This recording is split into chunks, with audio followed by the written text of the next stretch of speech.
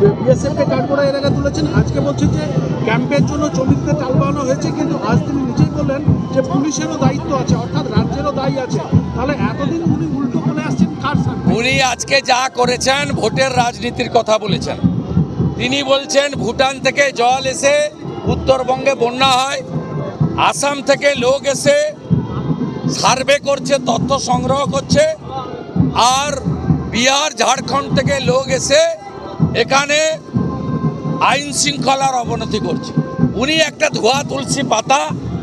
উনার রাজীব কুমার, তিনি গ্রেট আন্তর্জাতিক খ্যাতিসম্পন্ন পুলিশ ডিজি, উনার যে চিফ সেক্রেটারি আছে তার মতো উচ্চমানের আমলা আর ভারতবর্ষে নেই, এই কথা তিনি বুঝাতে চেয়েছেন।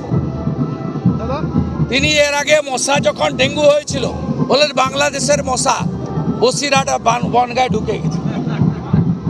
আজকে বলেছেন ভুটানের জল।